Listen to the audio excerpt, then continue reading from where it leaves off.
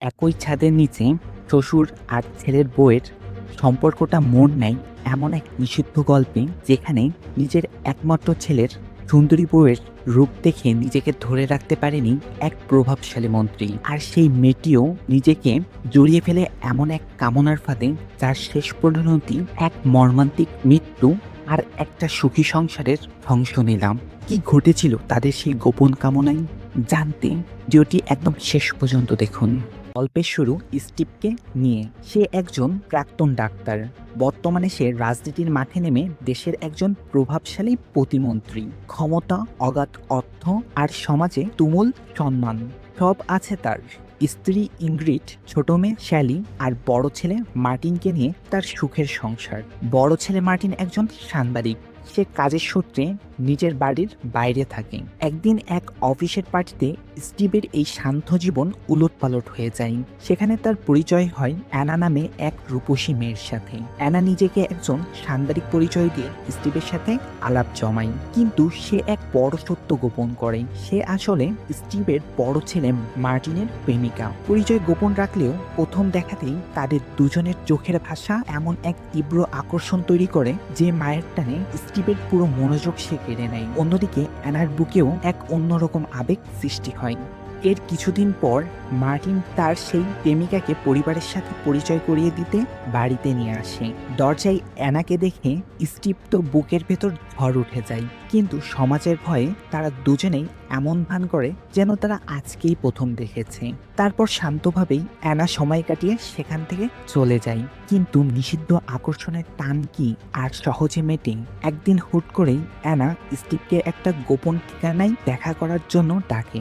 মনের ভেতর সেই তীব্র তৃষ্ণা আর টান উপেক্ষা করতে না পেরে স্টিভ সব কাজ ফেলে ছুটে যায় অ্যানার কাছে। মুখোমুখি হতেই জমে থাকা সব নীরবতা ভেঙে যায়। চোখের পলকেই সমাজ, সম্পর্ক আর নৈতিকতার সব দেয়াল ভেঙে চুরমার হয়ে যায়। তাদের ভেতরের গভীর রোমান্টিক আবেগ আর তীব্র ভালোবাসা একাকার হয়ে যায়। নিজের ছেলের প্রেমিকা জেনেও অ্যানার রূপ আর ভালোবাসার বাঁধন থেকে স্টিভ নিজেকে কোনোভাবেই মুক্ত করতে পারে না। পরের দিন মার্টিন তার বাবার অফিসে এসে জানায় সে এমডি পদে প্রমোশন পেয়েছে। ছেলের এই সাফল্যে স্টিভ অত্যন্ত আনন্দিত হয় এবং পুরো পরিবার মিলে এক জমকালো ডিনারের আয়োজন করে। সেখানে মার্টিন তার প্রেমিকা অ্যানাকেও নিয়ে আসে। ডিনারে মার্টিনের দাদাও উপস্থিত ছিল, যিনি প্রথম দেখাতেই অ্যানাকে বেশ পছন্দ করে ফেলে। কিন্তু ডিনার টেবিলের পরিবেশ জমে ওঠে যখন স্টিফেনের স্ত্রী অ্যানার অতীত নিয়ে একের পর এক প্রশ্ন করতে শুরু করে। অ্যানা জানায় তার বাবা ছিলেন কূটনীতিবিদ, যার কারণে তাদেরকে বিভিন্ন দেশে ঘুরে বেড়াতে হতো। এখন সে আমেরিকাতেই স্থায়ীভাবে আছে। ইনগ্রিড যখন তার পরিবার সম্পর্কে আরো জানতে চায়, তখন অ্যানা এক মর্মান্তিক সত্য প্রকাশ করে। তার এক ছোট ভাই ছিল, যে মাত্র 16 বছর বয়সে ভালোবাসার টানে আত্মহত্যা করেছিল। শাশুড়ির একের পর এক প্রশ্ন অ্যানাকে অস্বস্তিতে ফেলে। মার্টিন বুদ্ধি করে অ্যানাকে সেখান থেকে বেরিয়ে নিয়ে যায় এবং তাকে বাড়িতে পৌঁছে দেয়। কিন্তু নিষিদ্ধ প্রেমের আগুন যার বুকে জ্বলেছে, তাকে কি আর আটকে রাখা যায়? স্টিভ কাজের বাহানা দেখিয়ে সোজা চলে যায় অ্যানার বাড়ির সামনে। মার্টিন চলে যেতেই স্টিভ অ্যানার ঘরে ঢোকে এবং ব্যাকুল হয়ে বলে, তোমাকে একটু ছোঁয়ার জন্য আমার মন ছটফট করছিল। অ্যানা হেসে আশ্বাস দিয়ে বলে সে সবসময় তার পাশে থাকবে। ব্যাস, তারা আবারও হারিয়ে যায় একে অপরের নিবিড় আলিঙ্গনে। তীব্র রোমান্টিক আবেগ নেমে আসে। অ্যানা স্টিভকে তার ভাইয়ের আত্মহত্যার পেছনের আসল রহস্যটা খুলে বলে। তাদের বাবা মার ঘন ঘন চাকরি বদলির কারণে তারা ভাই বোন একে অন্যকে ভালোবেসে ফেলে। তার ভাই এনাকে পাওয়ার নিষিদ্ধ ভালোবাসার তীব্রতা সহ্য করতে না পেরে তার ভাই একদিন নিজের জীবন শেষ করে দেয়। গল্পের মূল টুইস্ট শুরু হয় প্যারিসে। স্ত্রী ইনগ্রেডার থেকে যখন স্টিভ জানতে পারে যে মার্টিন আর অ্যানা প্যারিসে গেছে, তখন সেও 1000 মাইল দূরে ছুটে যায়। হোটেল রুমে মার্টিনকে ঘুমন্ত রেখে এনা চার্চের সামনে স্টিভের সাথে দেখা করতে আসে।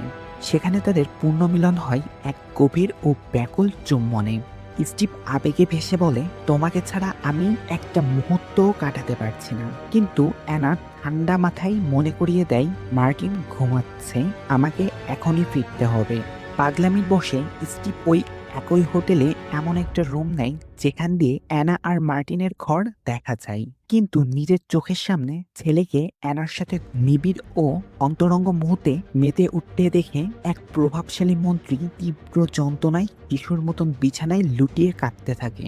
এই কষ্ট সহ্য করতে না পেরে কিছুদিন পর স্টিভ অ্যানাকে একটি পার্কে ডেকে পাঠায়। কিন্তু অ্যানা তার কাছে এই সম্পর্কটা ছিল এক নিষিদ্ধ শারীরিক খেলা। অন্যদিকে স্টিভের আসক্তি তখন চরমে। সে আকুতি করে জানায়, আমি তোমার জন্য আমার স্ত্রী, সন্তান, ক্যারিয়ার সব ছাড়তে রাজি।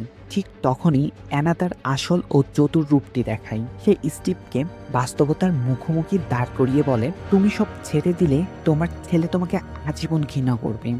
আসলে তোমার স্ত্রীর কাছ থেকে তুমি যা পাচ্ছ আমার কাছেও তাই খুঁজছো। আমাকে তো তুমি কেবল বোনাস হিসেবে পেয়েছো, তাই পরিবার ছাড়ার কোনো প্রয়োজন নেই। আমি তোমার ছেলে মার্টিনকে বিয়ে করব, আর এভাবেই চিরকাল তোমার কাছাকাছি থাকবো। অ্যানার এমন কথা শুনে স্টিভ আর কিছুই বলে না। পরের দিন পরিবারের সবাই মিলে মার্টিনের দাদার বাড়িতে তার দাদার জন্মদিন উদযাপন করতে যায়।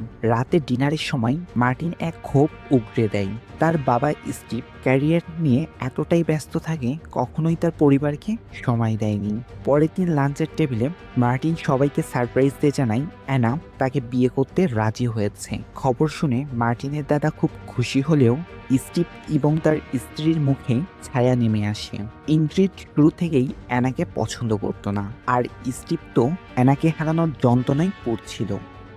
পরে কথার প্রসঙ্গে স্টিভ জানতে চাই বিয়ের প্রস্তাবে অ্যানার সাথে সাথে রাজি হয়েছিল কিনা।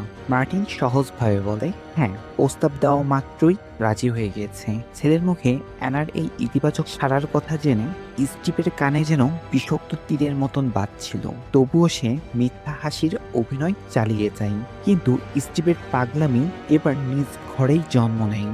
রাত নামতেই সে চুপি চুপি অ্যানার ঘরে ঢুকে পড়ে এবং তারা আবারও শারীরিক সম্পর্কে জড়িয়ে পড়ে। কিন্তু রুম থেকে বের হতেই স্টিভের ছোট মেয়ে শ্যালি তাদেরকে দেখে ফেলে। পরের দিন সকালে স্টিভ তার মেয়েকে বানিয়ে মিথ্যা বলে সামলানোর চেষ্টা করে, কিন্তু শ্যালি যে তার বাবার এই অপকর্ম ধরে ফেলেছে তা তার নীরবতাই বলে দেয়।